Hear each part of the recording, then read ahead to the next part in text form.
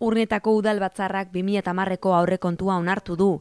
PNVk eta udal gobernuak sinatutako hitzarmena aurrekontua onartzeko gakoetako bat izan da.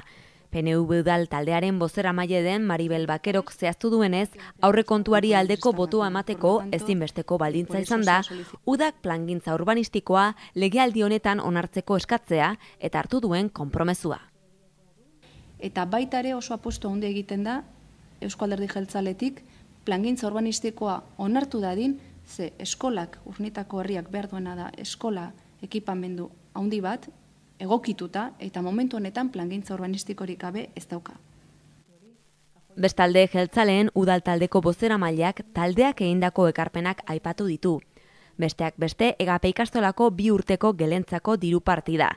Dena den udalak eta Eusko Jaurlaritzak konpromezua hartu behar dute, plangintza urbanistikoan EGAPE ikastolarako onartuta dagoen lursaila 0 eta 6 urte bitarteko eskaintza betetzeko izan dadin.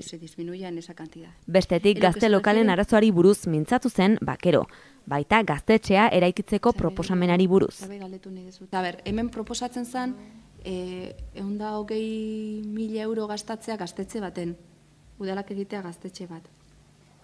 Eta proposatzen zen gaztetxe bat egitea, badakizue, gazte lokal asko daudela bajoetan, eta arazoak sortzen dituztela bizilagunekin. Batez ere zarata, eta bueno. Orduan, hemen udakoei bururatu zitzaien, gazte lokal horiek isteko gaztetxe bat egitea. Baina, ni jau adin bat badaukat, ez nitzaken gaztetxe batean ibiliko, baina ibilitakoa naiz. Eta ez dut uste hori dela soluzioa. Zu gazte bati ezin diozu esan. Hemen irikiko zu gaztetxe bat hemen aritzeko, baina lokal guzti hauek itxi behar dituzue.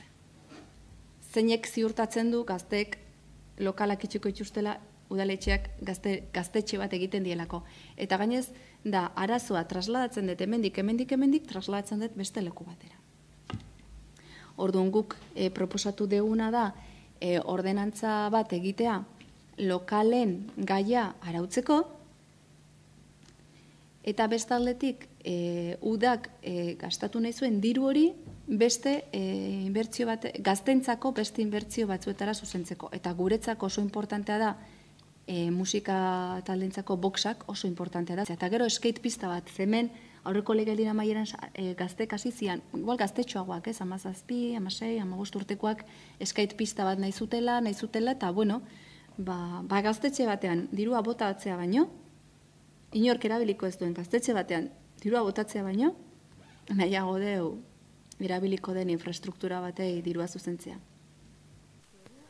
Oro bat Bakerok zehaztu duenez herriaren irisgarritasuna eta mugikortasuna nolakoa den ikusteko azterketa egiteko diru lerroa eskatu eta adostu dituzte. Garritasunarena, hor dago oraindik egiteko. Hor dago oraindik egiteko eta hori oso importantea da. Bakerok honakoa adierazi du bukatzeko, legealdia amaitzeko urtebete falta da eta herrian ez da gauza askorik egin. Proiektu asko mahai gainean daude, iniziatiba politiko faltagatik geldirik, eta gobernuak ezin esan dezake gauza asko krisiagatik egin gabe geldituko direnik.